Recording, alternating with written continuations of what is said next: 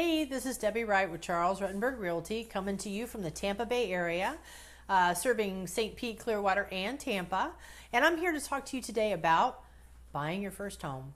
I have some tips for you, so follow me.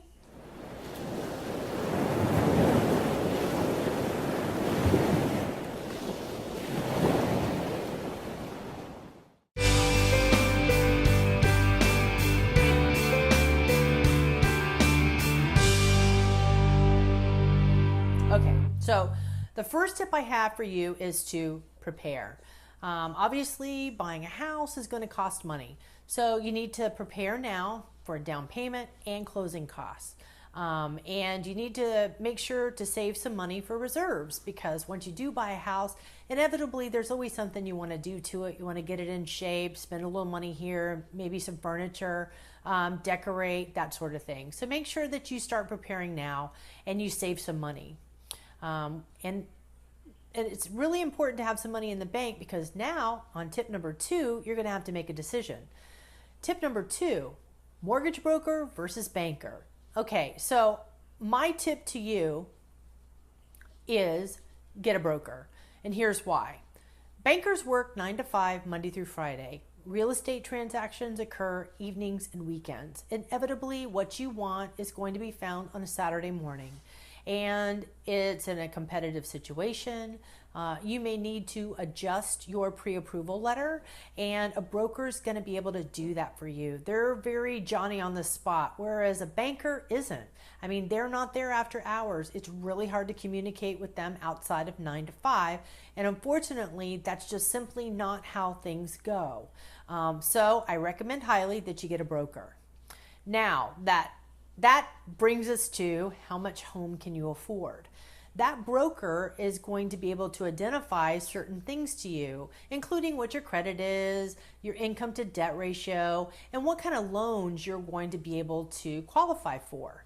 The other thing that broker is going to have access to are programs that may benefit you, like down payment assistance programs, programs that will help you with closing costs, that are state driven. They can be county driven. Municipalities have them.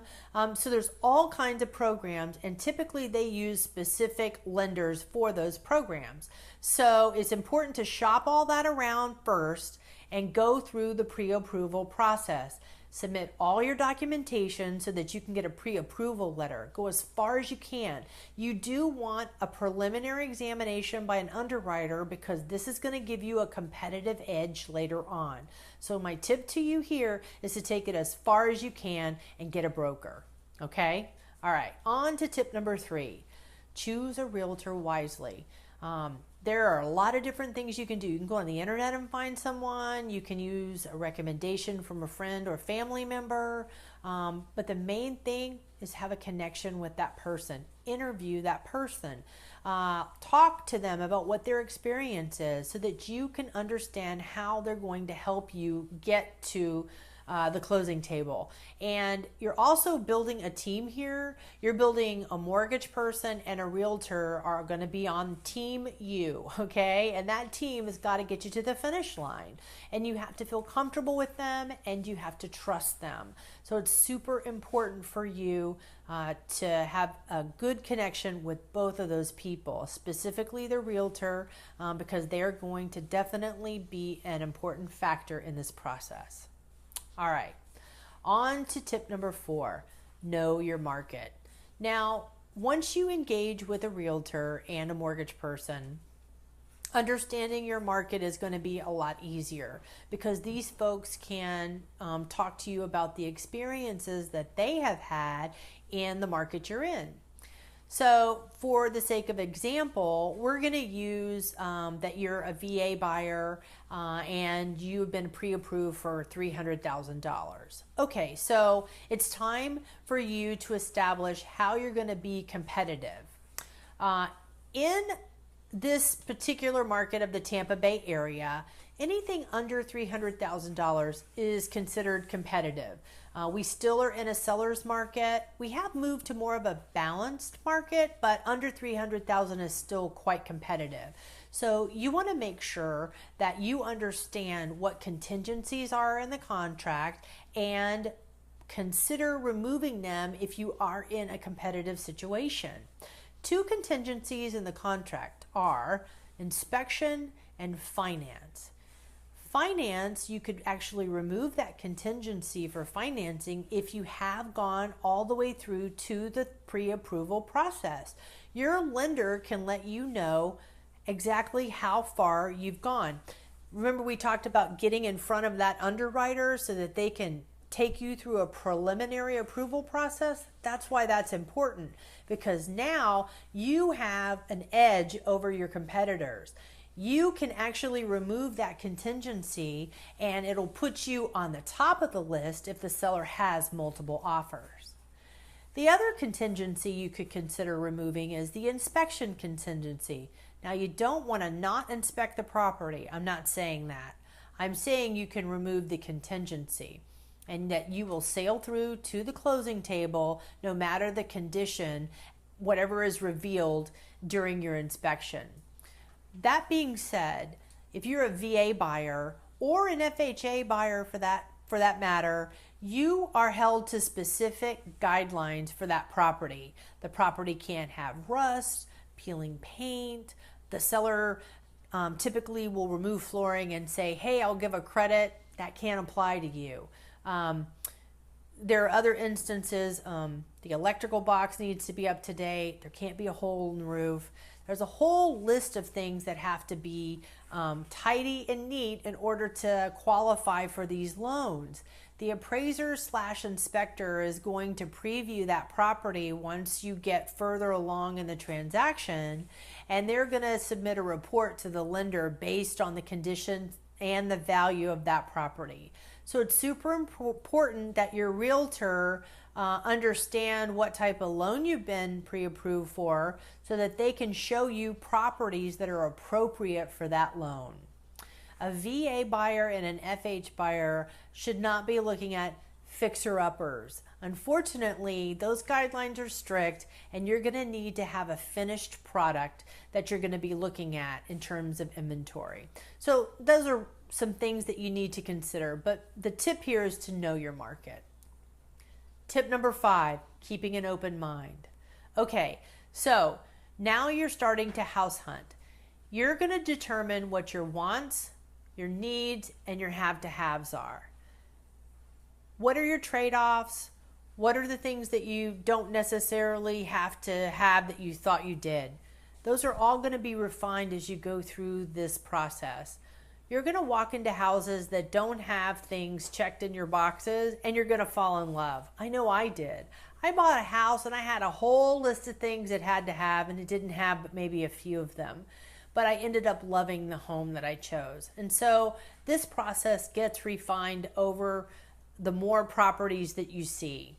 So when you and your realtor walk into the house that checks those boxes for you and you have come to fall in love with a house, you both are going to know it. And at that point, because you are pre-approved and you've gone through and made good choices before you ever got to this point, you can make a competitive offer right then and there. And that is very good news because it's very likely that you're going to get an accepted offer by doing that. Okay, on to tip number 6, be patient. It's so important because this is a very emotional process.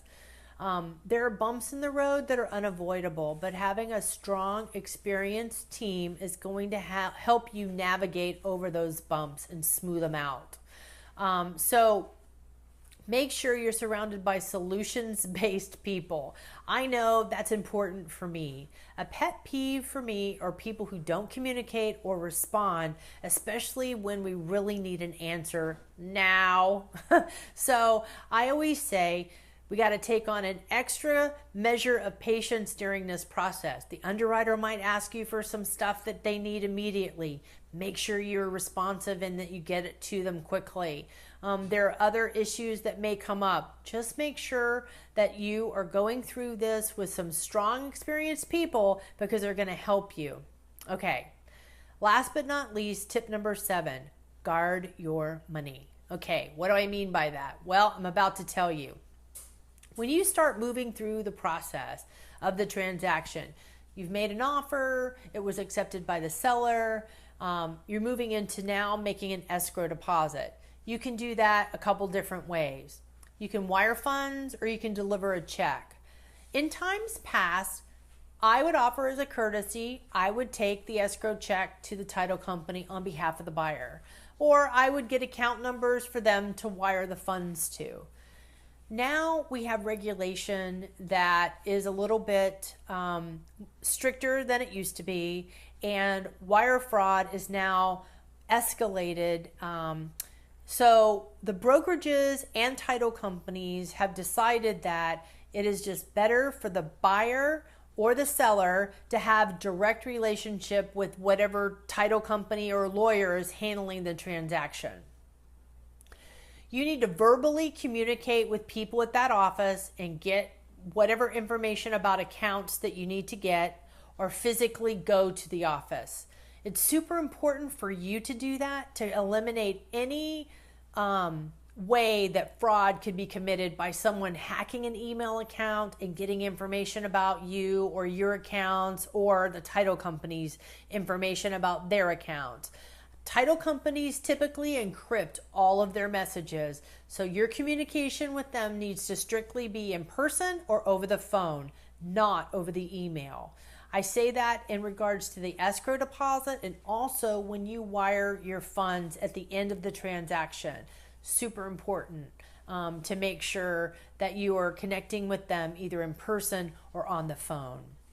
My next word of caution is don't spend any money during the transaction. It is so easy because there's always something you want for your new house. But try to not do it because it could actually end up blowing the deal. And you don't want to do that. Nobody wants you to lose this house, especially the team that's helped you get to this point. So make sure that you don't open new credit cards, you don't spend any on your credit card, and you don't make any purchases with large amounts of cash that are going to come through your account. Your mortgage broker or your lender is going to go over this with you in detail. I'm just reiterating it because it's super important. And time again, I have seen people forget this and go out and buy a big screen TV, open a new credit card. Black Friday came and they got some doorbusters, and they lived to regret it because they didn't get the house. They didn't get to close on the property. The loan fell through because of it. So just a word of caution, watch your money, guard your money. It's super important. Okay, finally, I've said it about 15 times. Make sure you surround yourself with people that you're comfortable with, that you trust, that are going to get you to the finish line. And it's important to have a strong team that's working on Team You to get you to the table, okay? So that being said, make sure that your realtor and your mortgage broker are working for you, that you have them representing you and are advocating for things in your best interest. All right. Let me know if you liked the video, subscribe to my channel, leave me a comment and let me know which tip you liked best, and if you'd like me to do a video or expand on any of the tips, I'd love to do that for you. Also, if you'd like to reach out to me with any questions, I'm always available for you. Make sure to email, text, you can call, you can Facebook message me. However you choose to communicate, I will reach back out to you, and I will see you soon. Thanks.